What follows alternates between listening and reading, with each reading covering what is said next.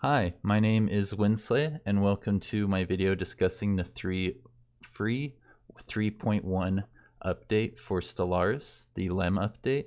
Today I have my pal Silas joining us for the video. Hi Silas, how you doing? Hey Winsler, I'm doing great. You enjoying the new changes to Stellaris so far? Yeah, they're pretty fun. I mean, I only had a day of it, but there was a lot of new interesting stuff in it, this update. A lot more than something like Nemesis, I would say. Yeah, same here. I've only had 24 hours with it, so I haven't seen a whole lot, but I'm really enjoying the changes so far. I love when Stellaris comes through and just shakes everything up and gives us more options. Because I think it's very easy for certain strategies to kind of elevate themselves above all others. There was a long time where everybody was making technologist robots. Like I'm kind of overseeing them in multiplayer. So I think that some of the changes they made here will actually make other strategies more viable, and we'll see a little bit more Mhm. diversity of play over the next few months. In We're this, gonna like merchant spam. Yes, great value spam is now viable. I'm more about spiritualism, but hey, I mean, whatever floats your boat. spiritualism have always been pretty viable if it wasn't. There was spiritualism and there was technocracy for uh, before, I would say. hmm Yeah, they're the two most popular ones, I think. In general, people like role playing as the psionics a lot, and then those bonuses you get from psionic pops, they've always been incredibly nice. The extra science and happiness go a long way. But Yeah. just so people know in this video, what we're going to do is we're going to start by going over some quick bullet points I made to go over some of the neat little changes. There's a lot of videos out there right now that you could be watching to see a lot of details on things like the clone army origin, or what else is there? Plantoids have some new traits, some new civics, and same with I believe lithoids and necroids. Am I leaving anything important out, or is that the big ones? I don't think there was another Both. species pack, right? But yeah, it was Necroids. Necroids, Plantoids, humanoids that got new update. Nice. Then we'll go over some questions that I kind of wrote down, and our answers to those questions, because I think that will trigger an interesting discussion. It'll get us talking about some interesting points. And then the last thing we'll do is just talk about some subtle changes we've noticed while playing the game. There's some videos out there that are 35 minutes just talking about all the little changes, just reading through the patch notes, and I feel like it's really easy to miss the super interesting changes when you do a video like that. So right at the end, we'll just highlight one or two little things that we noticed in the past 24 hours. So the first thing that I'm going to do is go over this bullet point about if you can afford to buy species packs. If you don't have all the species packs already, um, and you can afford to do it, you should go do that, because this is an awesome amount of changes that are essentially free on top of what they already had brought to the table earlier. I think when they first made humanoids didn't bring a lot to the table other than new, uh, what's it called? Ship set. Appearances, Yeah, there was a new ship set as well right? The new with appearances humanoids. and ship appearance, you could get a humanoid ship set. But there was no new mechanics. When they introduced things like Necroids and Lithoids, they actually introduced new mechanics, and I think to make humanoids more equivalent with things like Lithoids and Necroids, they introduced some really, really cool civics, traits, and origins. I don't think all of them have origins. I think only some of them have origins. I know humanoids have an origin. If I go in here and I pick a humanoid, let's just go with one of the base humanoids. I can go down to here and we'll see this clone army origin, which I think is going to be incredibly popular. It does have a downside to it. The fact that you can only have 5 cloning bats and it makes up to 100 pops, I believe, means that you need to do something with those pops around year 30 or 40 to make this really viable. And if you're not going to war, then I think you're going to really stagnate, and that's going to hurt. So that's an interesting choice that they've introduced. There's some other things with plantoids, like, for example, you can use food to make alloys, which frees up your minerals for building buildings on your planets. So that's a nice, awesome change. One interesting thing that Silas was just saying to me before we started here was that he thinks the new plantoid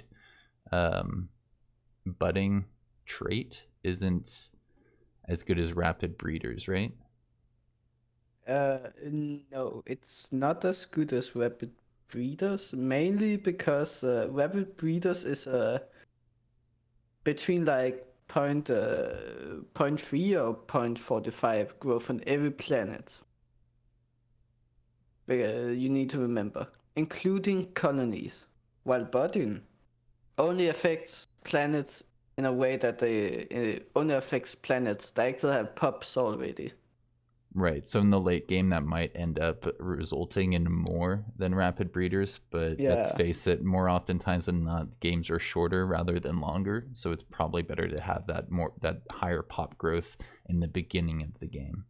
another downside to it is the fact that budding is a separate growth than normal pups. It's assembly, not a pup growth.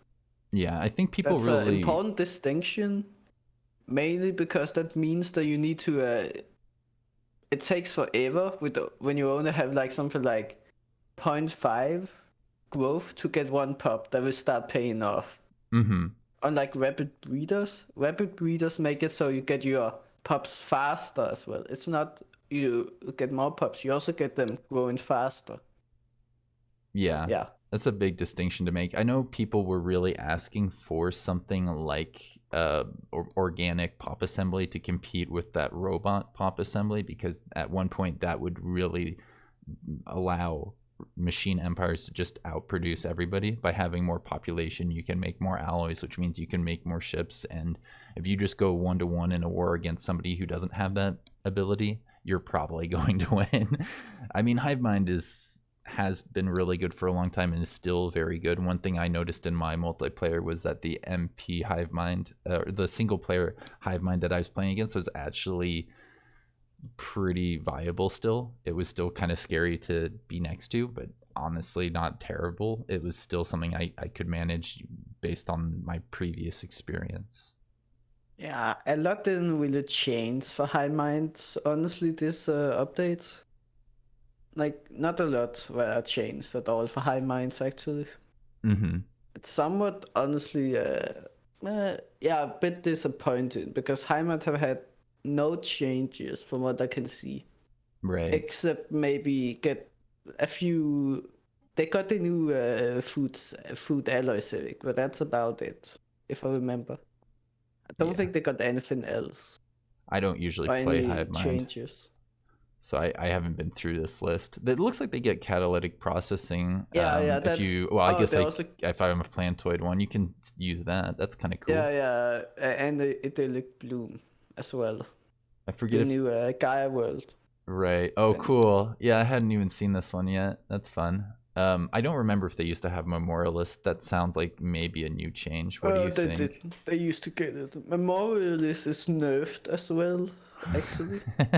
Aw, I didn't really see that in Uh, my single player. oh I well, I shifted into it to finish up my Unity, my they tradition kind trees. of oh well, you could also describe it as they fixed memorialist because it used to be that you got the stability from buildings, so you made a ton of the memorialist buildings, Mm-hmm. got like another plus 20 stability, but you never use the jobs. Now you only get Right. the stability if you use the jobs.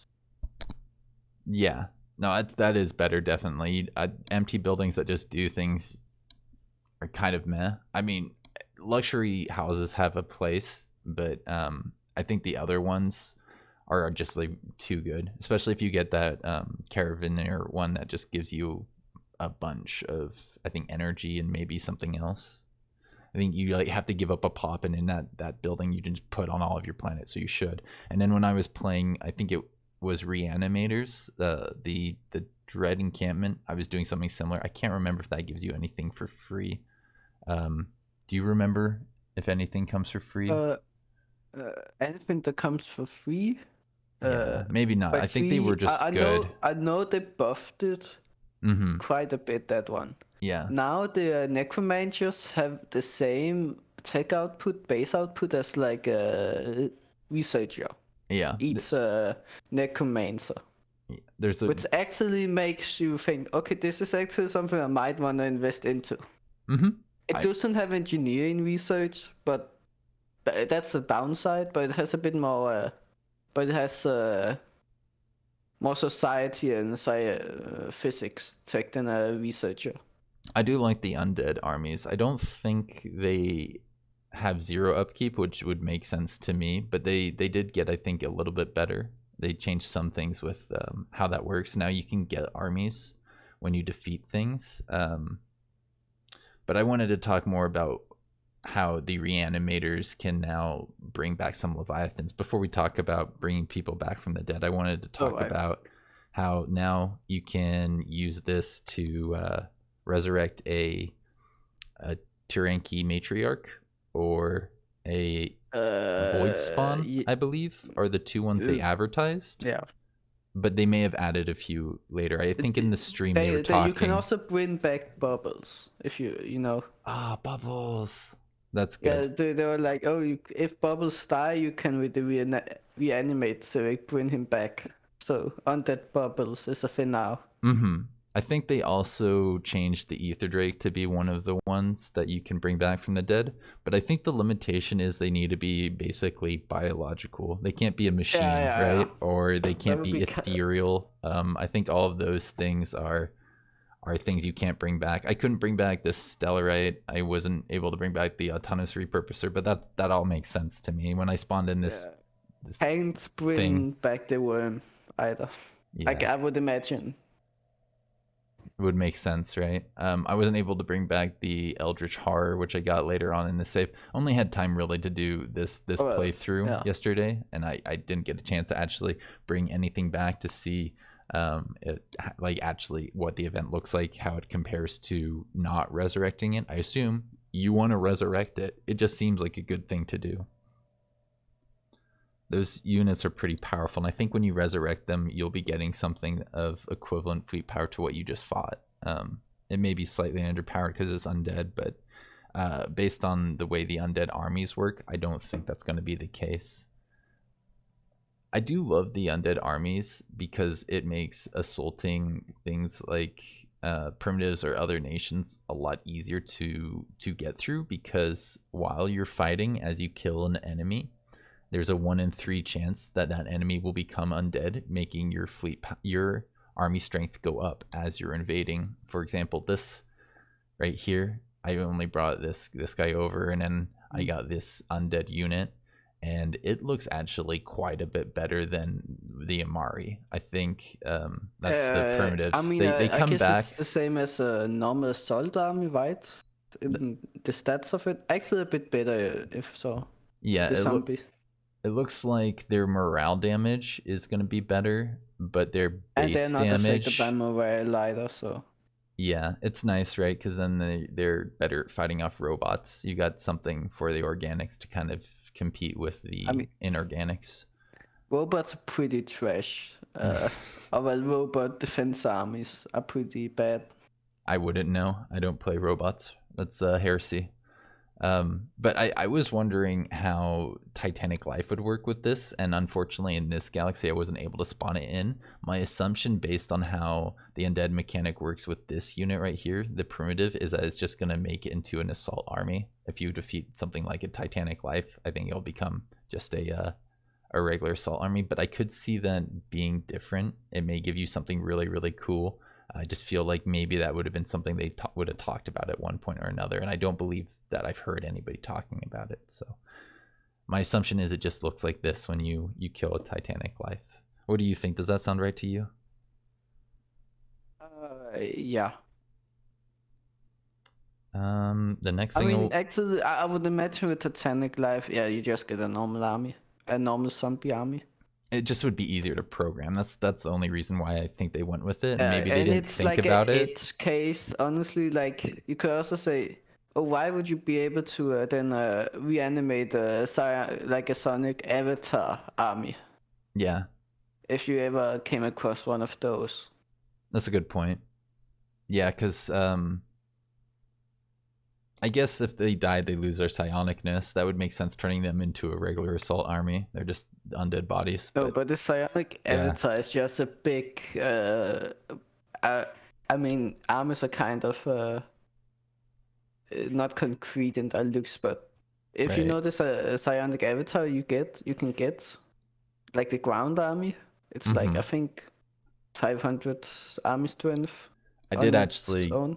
I got one of them in this playthrough. I remember doing it, so we can kind of check out his stats. I think it's 200-ish army strength.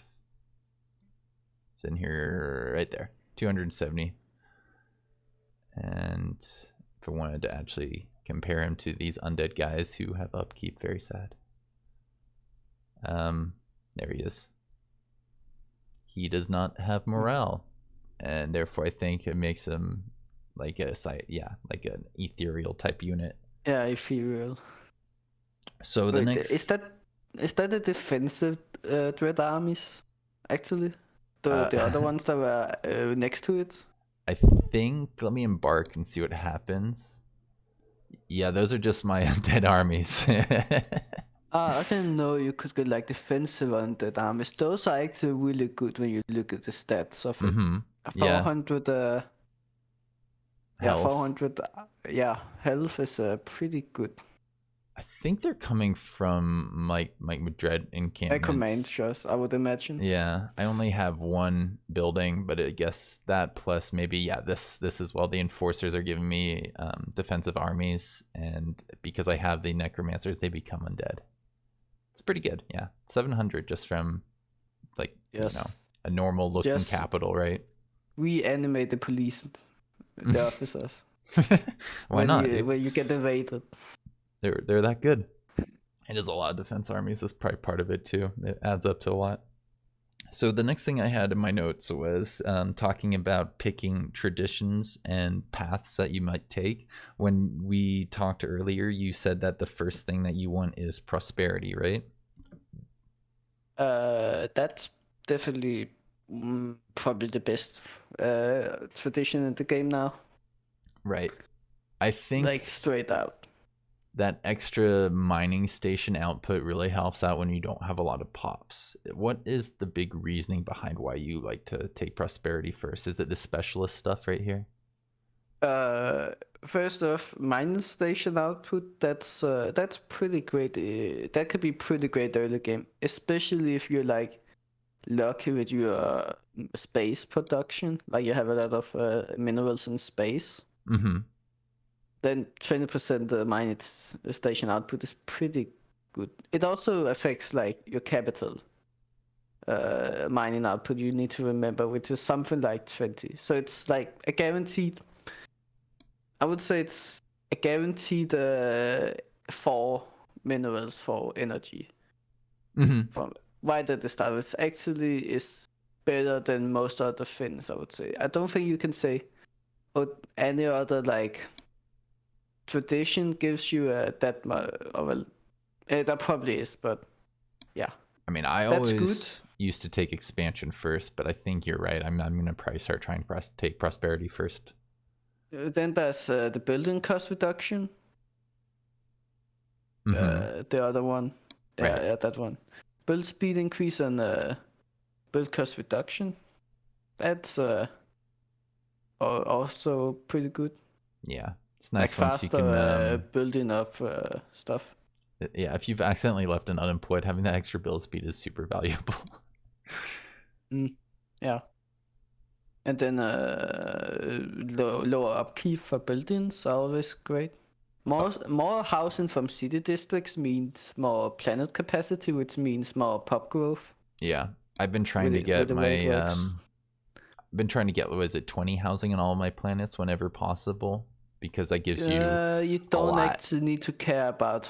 You don't actually need to care about the total housing you have. It only matters actually. You need to matter about planet capacity, not Right. the housing available. Free housing does nothing. It's only the amount of housing there is. You Got could it. technically have 5 puffs, but a minus 100 housing on the planet. But you have but you still have like something like 5 city districts. You would still get like all the puff growth. Okay. Yeah. That's good info. I didn't know that. So you like taking prosperity first, then supremacy. Is that right? Yes. And That tends supremacy to is be just so you can defend yourself or go on the offense if you want to, right? yeah, it's not as defensive anymore. That's kind of unyielding now. Oh, Unyielding is the new defensive. It's the new oh, tradition. I can't pick it in this one. I'd have to go to a different save, but I don't mind doing that. That won't take me too long to do. But it gives you the bonus from a defensive war now, doesn't it? Yeah, it gives you that. It gives you better star bases, better defense armies. Uh, a lot of better things on the defense. More, yeah. Oh, nice. This is good timing. I just finished this thing, so in 11 months I'll be able to I click would on other just things say to show type it off, Unity in right? the just type Unity Yeah, in the console. that makes sense. Let's do that. I'm glad you know these commands because it's been a while since I've used them myself. So much Unity. So yeah, unyielding's here. You get the defensive thing here, and you were saying something else about one of these bonuses, right? Then maybe adopt it because I don't think you can actually see it on the stream. On the pin. Yeah, Oh, just adopt unyielding, I would say. yeah, it's pretty good. Or adopt, yeah. I went ahead and picked expansion after I did supremacy, I think. Or no, I may have done expansion and then supremacy, and then Yeah. after that, dominion.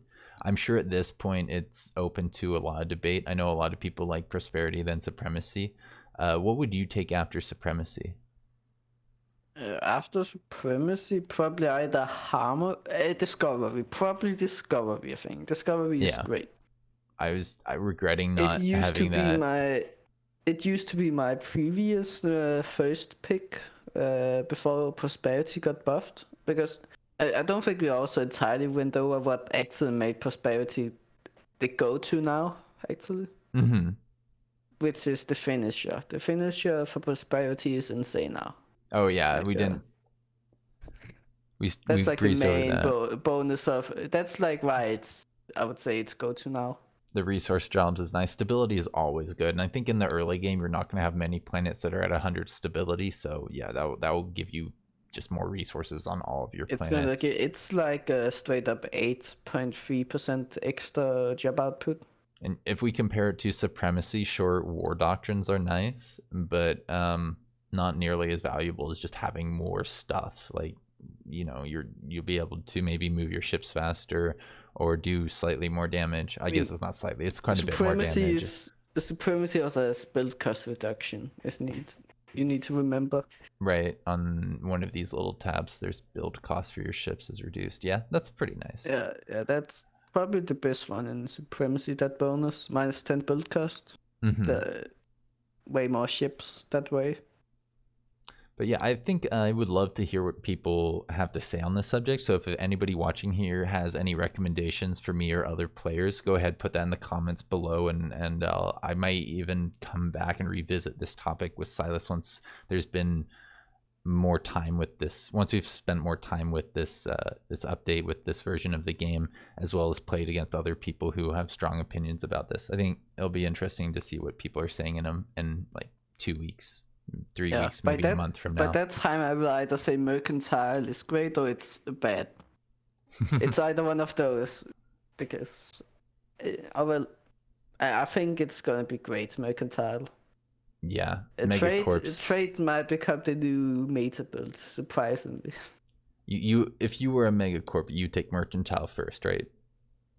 I mean, not as a MegaCorp. That's MegaCorp has always been kind of weird in that regard. Mm-hmm. With they don't actually have that much more like that much bonuses for a trade league actually. Oh, They have the executives, but that's about it. Would you take mercantile as like your fourth or fifth or your last? You wouldn't take it as your If I'm last one, gonna go right? trade, if I'm gonna go trade focus, first pick first. Mm-hmm. Definitely first pick. Right. Because now you can, what is it, the tradition that gives you merchant jobs per commercial zone, and Mm-hmm. if you like check it on Which the other one? side This of it, one, merchant jobs for commercial zones. Yeah, I see that. this is pretty this is pretty insane because now you can fill like, you can pretty much you two have 10 merchant jobs on your habitats as a void dweller. That seems like a lot of merchant jobs. With like 15 trade value output each. Dang. Yeah. I don't know if I actually got around to making them at this point in the game, but at one point I actually took mercantile to try and get my trade up, and it was pretty cool seeing my energy income jump up from like 100 to 1,000 or whatever it was. I mean, I did have like 30 planets in this playthrough. I did make it kind of an empty looking galaxy. Um, yeah. What else was I gonna say on the traditions? I feel like there was something else. Oh, I really liked getting the extra edicts from domination and harmony. I think that's interesting that they moved that stuff into. Yeah. Um, They added a new edict capacity to domination. Of yeah. a new edict capacity to the game. Hmm. I think it was was it only actually no, I guess there wasn't even, no, it was domination, right? I can't remember, to be honest. I I thought there never was really another edict noticed it. capacity in the traditions before, but that might just have been Stefan's balance mod. I remember that from. Yes, that's a good mod, and we'll talk a little bit more about that later because I think that there's some things that they may want to change and put into the balance mod and play around with it and see if they like it better than what's in the base game right now. I mean, like they already had +1 edict capacity in domination, and that mod, which actually made domination a viable late game, of a late mid game. Yeah, I don't A know tradition. what it was. I don't play the game enough to actually have this all memorized, but I have a feeling that was actually added because I don't remember my edict capacity ever jumping up while I was playing the game. Usually I would have my edict capacity that I started with for most of the Yeah. game.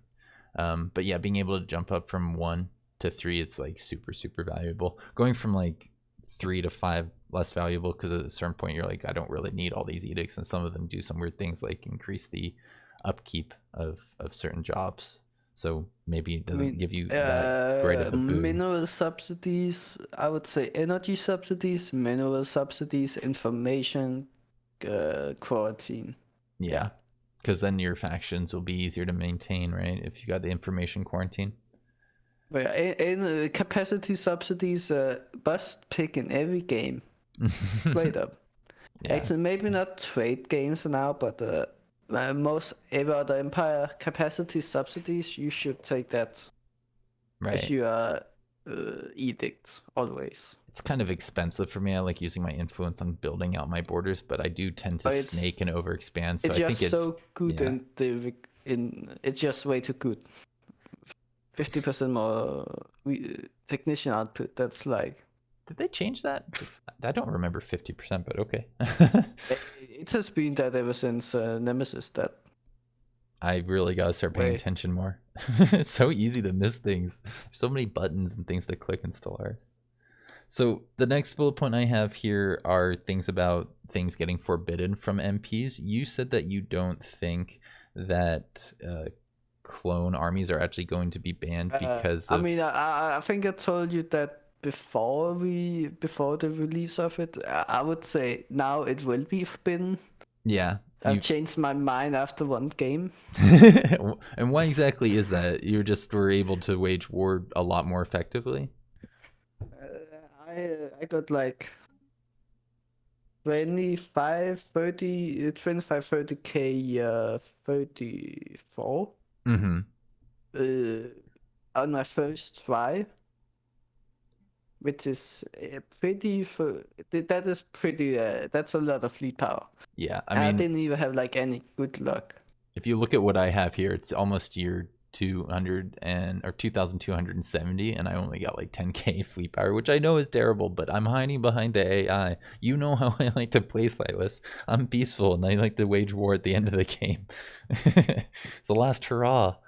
Uh, you also said that you don't think Ringworld's going to be banned anymore because they made it so it's Uh, not as good and therefore it's on the same level, it's right? yeah, it's not good anymore. I'm not going to. I don't know where I would put it in like its power rating at all Mm-hmm. yet. It's but it's nowhere near. It's probably not even A tier. It's probably like B tier, B C tier Yeah. already now. Yeah. I If don't you look at it from like S to C tier I don't or well, F really tier. remember what was not allowed, but I think some people were saying like Void Dwellers are too good at one point, and then they changed Void Dwellers. Do you think Void Dwellers is going to be allowed in a lot of MP games in the current build? Yeah, White Relic got nerfed. Nerfed hard. Okay, that's good to know. So Like I people can don't think you reconsider that. noticed, but they made it so you get -30 happiness and -15. Yeah, -30 happiness on non-habitats. I think I saw that and I couldn't remember if it was like that before, if that was new. That's that. Okay. No, that's completely new. Before it was just like, oh, you get -60 pop growth on the on non-habitats with Mm-hmm. your pups. Now it's like you get -15 output and -30 happiness. Right. I think I saw in the stream, or I heard them say in the stream, that a lot of the QA testers like Death Cults plus Clone Army. How do you feel about that combination? Difficult plus clone arm. Oh, I never actually thought about that. Yeah, so like you can kill off your clones. I don't know if that means that you won't have 100 clones or if like you can just kill one off and go back up to 100 using your cloning facilities. But apparently Death Cults now work differently, and I think their bonuses get better the bigger Yeah. their Death Cult is, the more pops in the Empire. So that sounds really fun, and maybe I like mean, I something that don't could get think banned. difficult are still like. I could definitely see it for clones, like as a meta thing. Mm-hmm. The only issue is difficult bonuses are even when they could fix like the bonuses you get from it. It's not really that great. Right. You said in the message that you sent me when I asked you about meta strategies that you think people will be using things like Spiritualist Void Dweller, Necrophage, Rogue Servitor Machine Empires, and Clone Armies. We've already talked about Clone Armies. We don't need to talk about that. But I'm curious if there's anything that you wanted to elaborate on, give us more information on why you think Necrophage might be something people like to go for. I think I heard they made it so that you can't invade the planets as early as you used to. Like they have more I army don't think strength. that they nerfed the amount of pups that is on the planet from something like 8 to 9 to like 5 and 7. Okay, but you still think Which is people are actually a gonna. pretty big. It's actually a pretty big change because then you can't. The moment you invade the primitives, start building the upgrade the capital. Mm-hmm. You can use that that civic that Stefan was using, the pleasure thing, to make them happier now, can't you? The pleasure something rather's. Maybe I don't think it's gonna be meta, Mm-hmm. but yeah. Servants were always good when you were gonna invade things, and I think Necrophage was one of those ones where servants kind of paired well. I think there was another thing that allowed you to get servants at like a what's it called, a species thingy. Where they go to the set rights. Living standards. Yeah, there used to be a living standard in here where you would have some servants. I think I can't remember exactly. It may be a slavery type actually. Decadent conditions, yeah. Mm-hmm. So I Oh, only on the slaves, yeah, on the slaves it was slavery type servants, and then any unemployed slaves become servants, basically. think in this one I had some slaves. This guy, yeah, I could actually show it off like this. So I love indentured servitude. It's so nice having just Domestic, unemployed go yeah, to where servant jobs. domestic servitude. Yeah, it was domestic servitude, Oh, not indentured servitude. I'm sorry. Yeah. Wait. This gives servants though, right? That is the specialist one. I see. Got it. Yeah, that is the entertainer one. See, Servants one. you're the one true master, Silas. I'm so glad to have you here for this video. So I think next we'll talk about our subtle changes we noticed. I only have two. First one was that Crime Lord deals now cost influence, but that doesn't mean they aren't useful anymore. You were telling me you can still find a way to move them from the criminal jobs to worker specialist jobs by disabling the building or something like that. Is that what you were doing? I've forgotten. I don't have any crime here. My planets are too good. But I think I could share your screen if you wanted to show off how to pull people away from criminal jobs. I think I showed how I could do it with like.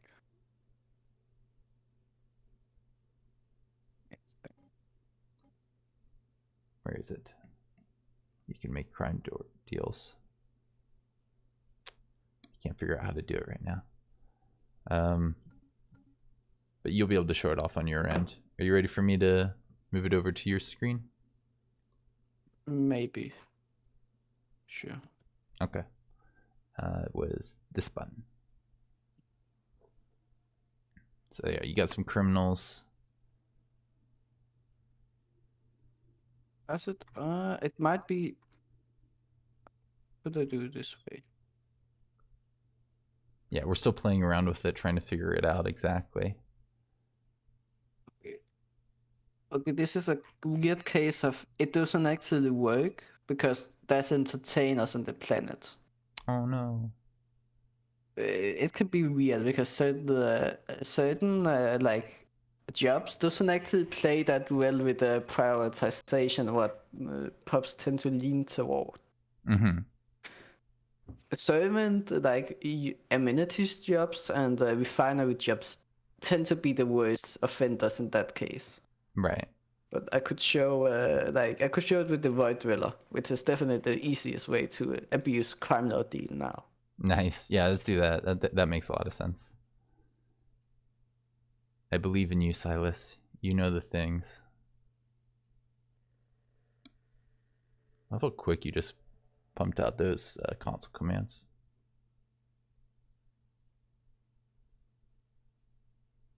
I'm going to review this later so I know which ones are the useful ones. So yeah, while you're doing that, I can talk a little bit about the other subtle change that I noticed.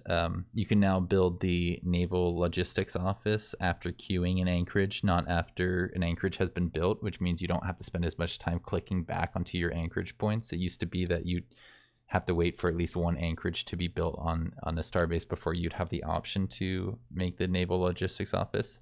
I love that change. It's such a good quality of life change that it's gonna make multiplayer late games a lot quicker, a lot more simple. Yeah, here is an example of it. You got before, you could just you could just prioritize your worker and they would go out of the criminal job. Mm-hmm. Now, for you to do that, you first need to make something like a science lab or a bureaucrat's job. And then they go out of the job. Right. And then you disable the jobs. I the see specialist jobs, and they go back to technician. Very impressive, Silas. They will not move to worker jobs will not move to criminals if they are prioritized. That's amazing. You've broken the game again. Good job.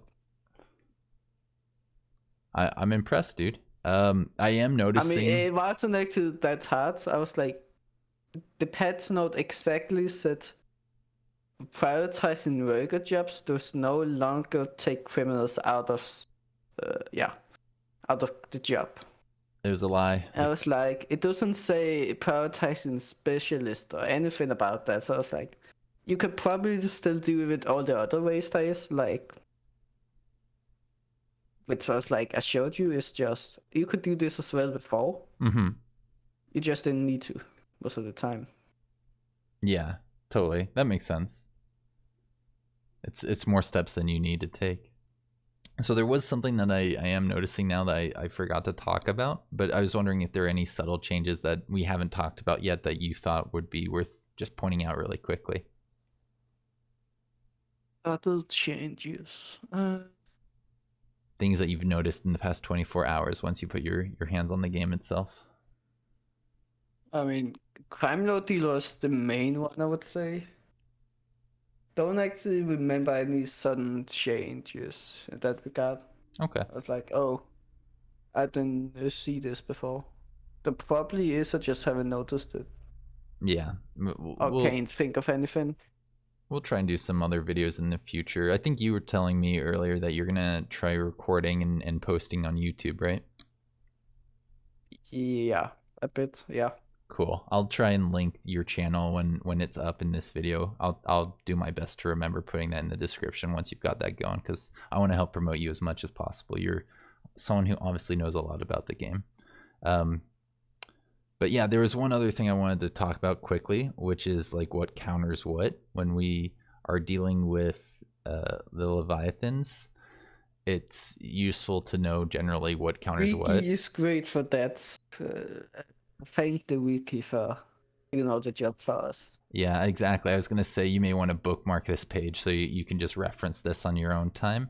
One interesting thing that I noticed when reading a lot of these is that they did recommend you use energy weapons more than not. Yeah, most of the like, especially like the organic ones, which is a lot of them. Like the ones you want to kill with, let's say if you want to reanimate them, Yeah, it's the organic ones, and they never have shield, so it's all just anti-armor, anti-hull.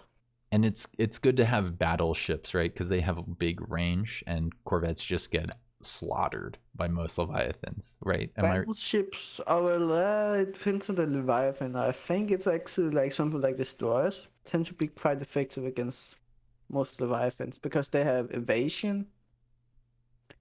And if like it's let's say it's like the Ether Drake and it has the big laser, they don't get one tap. Mm-hmm. Oh well, they will get one tap, but it's only a destroyer, not a battleship that got one tap. Yeah, okay, that's fair. Because if they've got the smaller weapons, they'll be able to counter some of that invasion. But if it's just like big things that kill ships, you may want to have the little guys to kind of just dodge or lose a little bit of fleet power when the weapon does hit. So yeah, Just use proton launcher, a neutron launcher. I mean, proton neutron launcher. That should basically wipe these things with like 15-20k fleets. Yeah. I was gonna say, what fleet power do you generally need? I think it's like 30 or 40, but you're saying 20 can be enough if you build your ships outright, right? Yeah, I think that should be enough. It's a while since I killed a Leviathan, but that should be enough. Okay. So like 20k of proton neutron launchers should just wipe the Leviathans. At least the organic ones without the shields. Nice. Maybe 25k. 25k to make sure you don't sustain that many casualties. Yeah. We could look at the other ones, but I'm not sure exactly what is going to be something you can resurrect and therefore something you want to pay attention to here. I think we're ready to wrap this up. I'll check my notes really quickly, but yeah, is there anything that you want to add to the video of our discussion? Reanimated armies, the reanimated Civic. You know, everything if you really want to do it, like reanimate something, you don't actually take it at the start. You only take it when you actually find the Leviathan. Then you switch to it. And then you kill the Leviathan and get it. Right.